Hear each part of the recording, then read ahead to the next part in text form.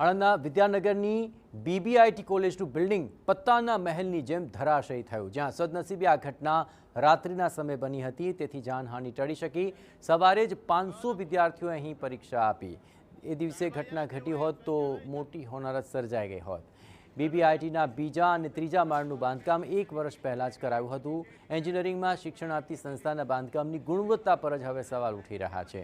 બિલ્ડિંગનો structure stability report કોણે તૈયાર કર્યો હતો તેને લઈને પણ સવાલ હવે ઉઠી રહ્યા છે।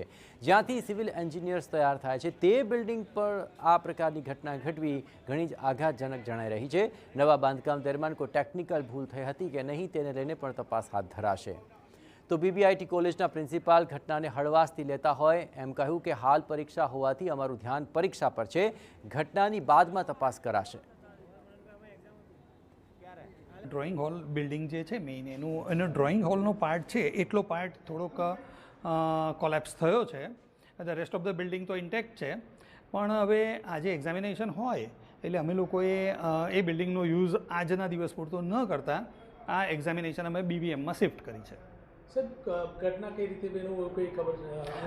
લગભગ રાતે 12 વાગ્યાની આસપાસ આ બધું બનેલું છે, એટલે હવે શું થયું શું ન થયું, કારણ કે આજે એક્ઝામિનેશન છે એટલે અમારું ફોકસ અત્યારે આજની મેઇન સવારનું સેશન અને બપોરનું સેશનની એક્ઝામિનેશન પર છે। એના પછી એનું બધું એનાલિસિસ થશે કે ભાઈ કેમ આ બધું થયું। છોટાઉદેપુર જિલ્લામાં